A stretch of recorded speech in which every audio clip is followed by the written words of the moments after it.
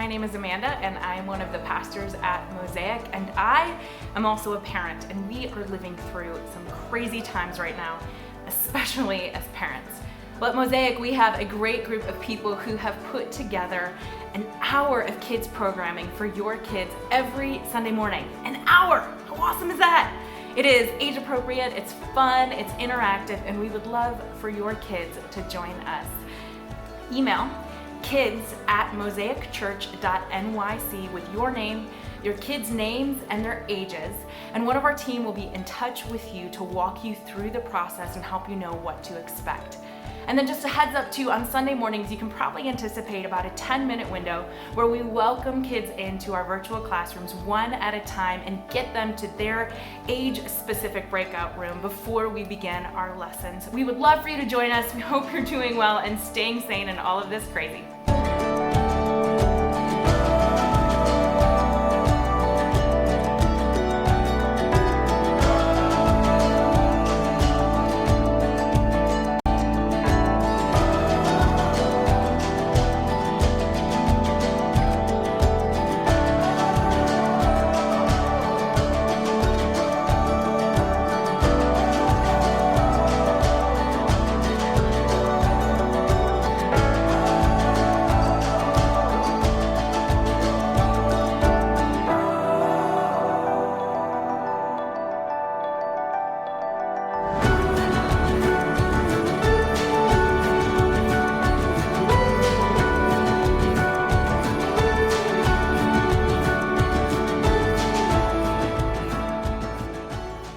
Good morning.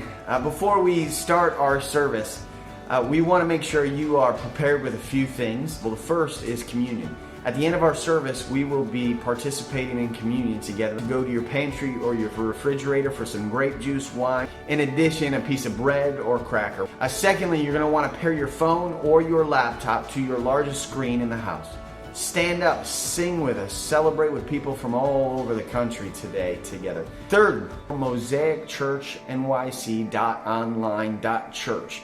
You can watch this on Facebook, you can watch this on YouTube, but that online platform gives you the ability to meet with some of our leaders, request prayer. And then last, before we start today, take some time to invite 2 or 3 family members, friends, colleagues.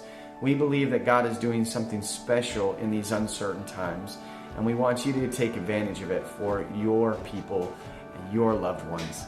So let's get ready. We'll start service in just a second.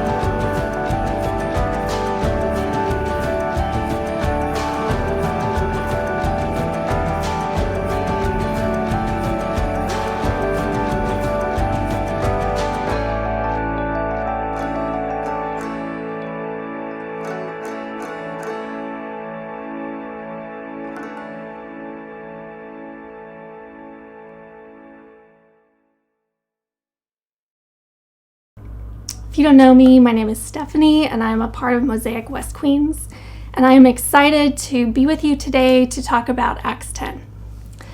Has God ever asked you to do something that seems not just uncomfortable or out of the ordinary, but that might even seem to you to be not good? That kind of situation might make us ask, why would God ask me to do something that goes against all that seems right to me? This passage in Acts is about this kind of a moment for Peter. And I think pressing into this question, why would God ask me to do something that seems bad, will give us a way to understand how we are supposed to respond when these kinds of situations happen in our lives. So let's read Acts 10. At Caesarea, there was a man named Cornelius, a centurion in what was known as the Italian regiment. He and all his family were devout and God-fearing. He gave generously to those in need and prayed to God regularly. One day at about 3 p.m, he had a vision. He distinctly saw an angel of God who came to him and said, "Cornelius." Cornelius stared at him in fear. "What is it, Lord?" he asked. The angel answered, "Your prayers and gifts to the poor have come up as a memorial offering before God. Now send men to Joppa to bring back a man named Simon who is called Peter. He is staying with Simon the tanner, whose house is by the sea." When the angel who spoke to him had gone, Cornelius called 2 of his servants and a devout soldier who was one of his attendants. He told them everything that had happened and sent them to Joppa. About noon the following day, as they were on their journey and approaching the city, Peter went up on the roof to pray. He became hungry and wanted something to eat, and while he was waiting for lunch, he fell into a trance. He saw heaven opened and something like a large sheet being let down to earth by its 4 corners. It contained all kinds of 4-footed animals as well as reptiles and birds. Then a voice told him, "Get up, Peter, kill and eat." "No way, Lord," Peter replied. "I've never seen anything impure or unclean." The voice spoke to him a second time, "Do not call anything impure that God has made clean." This happened 3 times, and immediately the sheet was taken back into heaven. While Peter was wondering about the meaning of the vision, the men sent by Cornelius found out where Simon's house was and stopped at the gate. They called out, asking if Simon, who was known as Peter, was staying there. While Peter was still thinking about the vision, the Spirit said to him, "Simon, 3 men are looking for you. So get up and go downstairs, and do not hesitate to go with them, for I have sent them." Peter went down and said to the men, "I'm the one you're looking for. Why have you come?" The men replied, "We have come from Cornelius the centurion. He is a righteous and God-fearing man who is respected by all the Jewish people. A holy angel told him to ask you to come to his house so that he could hear what you had to say." Then Peter invited the men into the house to be his guests. So this passage has some strange things happening in it, and what I want to focus on this week is Peter's vision. So Peter is still in Joppa, where he brought Tabitha or Dorcas back to life, and now he's on a rooftop waiting for lunch and praying. So while he's sitting there, he falls into a trance, and he has this vision of all kinds of animals.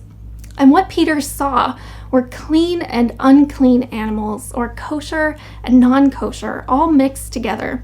So this had to do with the dietary laws that God gave Israel in the book of Leviticus at the beginning of the Bible. All Jews were supposed to observe these laws by not eating animals that were considered unclean. And these were strict laws. The fact that all the animals were mixed together in Peter's vision would have made them all unclean. And then God says to Peter, "Get up, Peter, kill and eat." And Peter says, "No way." This would have been disgusting to Peter. I don't think it's possible for me to overstate how big of a deal this would have been for him. You had to keep clean by following the dietary laws to enter the temple and be able to worship God. And not only that, but uncleanness was associated with death and destruction and opposition to God. So for God to tell Peter to eat these unclean animals was like he was saying, I want you to do something that is going to lead to death. Verse 17 in the NIV is translated, while Peter was wondering about the meaning of the vision. But that Greek word there actually means not just that he was wondering, but that Peter was so thoroughly perplexed by what God was telling him that he was completely at a loss, that he had no resources to understand how could God ask him to do this thing. So think about something in your life that there is no way you would ever do. Maybe it's working in a particular job or field, or living in a particular city, or moving back in with your parents. Maybe it's giving something precious away, whether that's money or a possession, or ending a relationship, or associating with a particular person or a group of people. Maybe it's giving up a hobby. Maybe it's changing your political party, or forgiving someone who has harmed you in the past. Or maybe he's asking you to live through a global pandemic where all your normal rhythms are being disrupted. Now imagine if God asked you if you would be willing to do that thing. How would you respond? I imagine that a lot of us would respond like Peter did. No way, Lord. I had an experience like this in the past where the Lord asked me not just to forgive someone who had hurt me very deeply, but actually to welcome them back into my life and into my close circle. And I felt like I could forgive them, but be around them, be their friend? No way, Lord. And so I had to wrestle through, how could God ask me to do this? This seems not wise. This doesn't seem good. And I'm not saying, please hear me, that this is always what God asks us to do at all. But in my case, God was very clear. And this, I think, is the kind of question that Peter is wrestling through in this passage. How could God ask me to do something that seems not good? So to answer this question, let's ask this. Is there anywhere else in the Bible where God asks someone to do something that seems not good? In fact, seems bad? And yes, there is. So let's look at Genesis chapter 2. Here we read that God created Adam and Eve, and he placed them in the Garden of Eden where there were all kinds of trees, and in the middle of the garden were the tree of life and the tree of knowing good and bad. And the tree of life represents all the good things that God provides for us. Life and relationship, love, provision, joy, and so much more. And next to it, the tree you have to actually pass by in order to get to the tree of life is the tree of knowing good and bad. And this tree represents a choice. Will we be the judge of what is good and bad, or will we pass by it and let God determine for us what is good and what is bad? And this tree also symbolizes death. God tells Adam and Eve that if they eat of it, they will die. But it looks good. In chapter 3, it says the woman saw the fruit of the tree was good for food and pleasing to the eye and also desirable for gaining wisdom. So this tree looks good, but it actually leads to death. So this is a test. Will Adam and Eve rely on God to tell them what is good and leads to life and what is bad and leads to death, rather than deciding that they know what's good and bad for them? Will they trust God? And Adam and Eve fail that test. Examples of this kind of test occur throughout Scripture. Abraham faces this test when God tells him to do this horrible thing, to kill his only son. Jesus faced this test in another garden in Gethsemane. He prayed and asked God, if there is any other way, please take this cup from me, but your will be done. So back to Peter, being asked by God to do something that seems so wrong to him. But Peter hears God say, do not call anything impure that God has made clean. The point was not that Peter start eating shellfish, but that he could be open to God doing something new. Could Peter trust God when God was changing everything? And right then, 3 Romans appear at the house where Peter is staying. And we'll talk next week about what a turning point this was for the church. But something has sunk in for Peter here.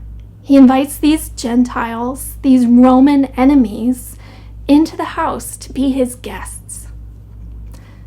God testing us is never punitive or cruel, but always because he desires to teach us wisdom and to draw us into a deeper level of trust. It's like parents, when you watch your kids to see if they'll look both ways before they cross the street, it's to see if they've learned to be wise. God, in his infinite wisdom and gentleness, wants to teach us to be wise. And to do that, we have to learn to let God tell us what is good and bad, and not to try to define it for ourselves.